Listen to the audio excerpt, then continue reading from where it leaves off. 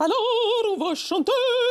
Alors là, vous m'épatez, Frédéric. Alors là, je suis bluffée. Ah bah oui, vous m'avez demandé de le faire, je l'ai fait. Voilà, c'est bon, je suis ridiculisée. Pourquoi je chante comme ça? Bien parce qu'on va parler de l'opéra comique. Hein. Voilà, ce haut lieu de l'art lyrique. Une belle institution parisienne qui fête son tricentenaire. Tricentenaire, absolument. Oui, en fait, c'est précisément le tricentenaire du genre opéra comique, en fait. Est-ce que vous savez ce que c'est que l'opéra comique? La définition. Mais non, dites-nous.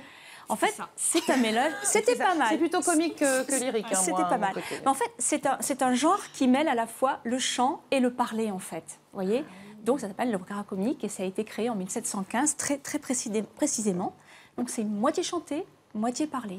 Tu pourrais nous faire Oui, à la fin, elle nous réserve une petite surprise. On va essayer de se faire un petit tour de chant. Un petit tour de chant, vous verrez pourquoi à la fin de la chronique d'Emmanuel. Alors oui, effectivement, ça a été créé donc, il y a 300 ans.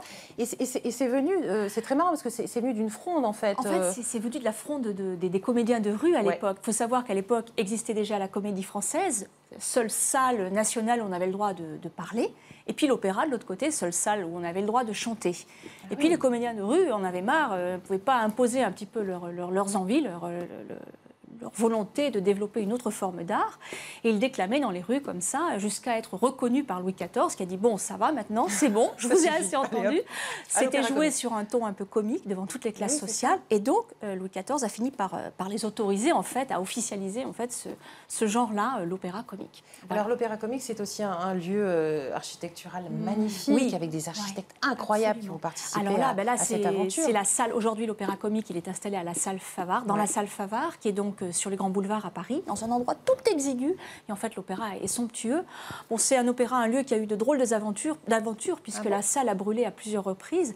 Donc, en fait, la troupe de l'opéra comique a déménagé une douzaine de fois dans Paris avant de pouvoir définitivement, enfin, depuis la fin du 19e siècle, s'installer dans cette salle Favart. Voilà. D'accord. Qui est très très belle.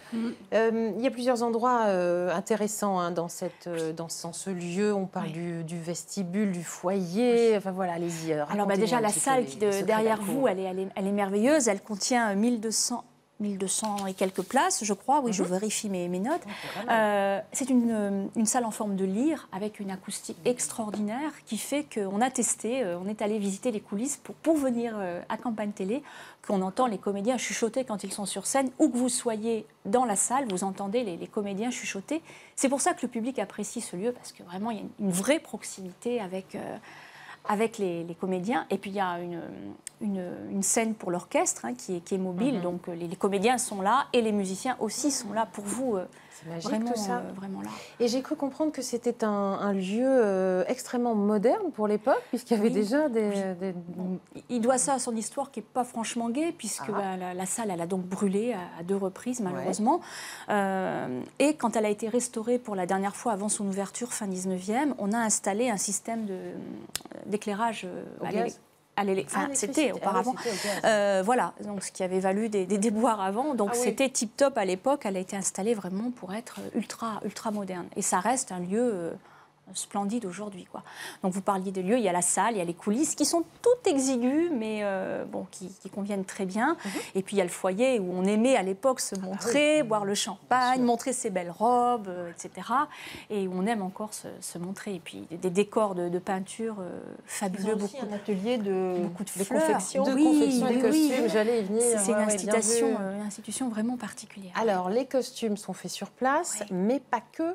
Mais pas que. Alors figurez-vous que c'est la seule scène nationale qui a son propre atelier. Donc, certes, de création de costumes, mais surtout une vraie teinturerie sur place. Les costumes sont teints, la plupart des costumes sont teints avec des pigments naturels dans ce qu'ils appellent leur cuisine. Alors, vous grimpez tout en haut. Vous êtes allé, vous hein? Oui, j'ai été un peu obligée pour vous parler de tout ça. Donc, on voit les pots de pigments.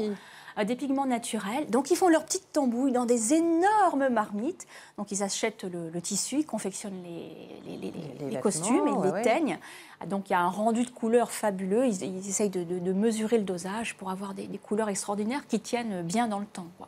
Oui, et ces costumes, ils sont portés plusieurs fois. Oui, ils alors sont on essaye, recyclés, réutilisés. On essaye de les même, recycler. Oui, alors un opéra, il n'est pas joué qu'une seule fois, puis il tourne aussi sur d'autres scènes ailleurs en France, voire à l'étranger.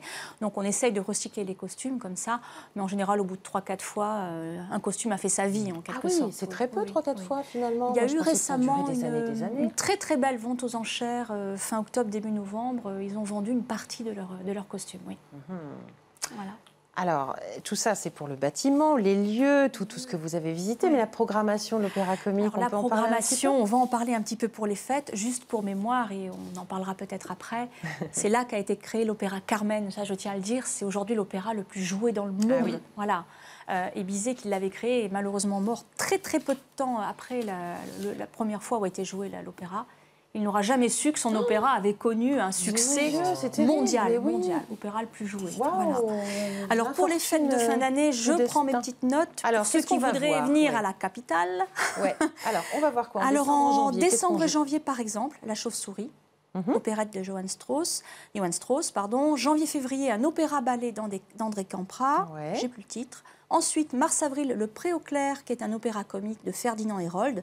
Et puis, toutes les programmations, il y en a énormément, sur opéra-comique.com et sur bien sûr, votre site, sur le site, j'imagine, puisque toutes les informations sont reprises. Il y en a pour tous les goûts.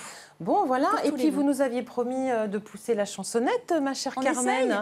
Donc, si vous voulez, c'est sur cette note lyrique qu'on va se quitter. Je vous le dis, mes amis, bouchez-vous les oreilles. C'est parti dans quelques secondes. On se retrouve, nous, samedi à 19h30 pour revoir cette émission. Eh bien, c'est quand? C'est mercredi à 20h15, jeudi à 12h30 et vendredi à 6h30. On vous embrasse très, très fort. On vous dit à la semaine prochaine. Et c'est parti pour un petit air de Carmen. 1, 2, alors, c'est quoi 3. L'amour est enfant de bohème. Allez, on y va, elle ose pas. Allez, avec moi.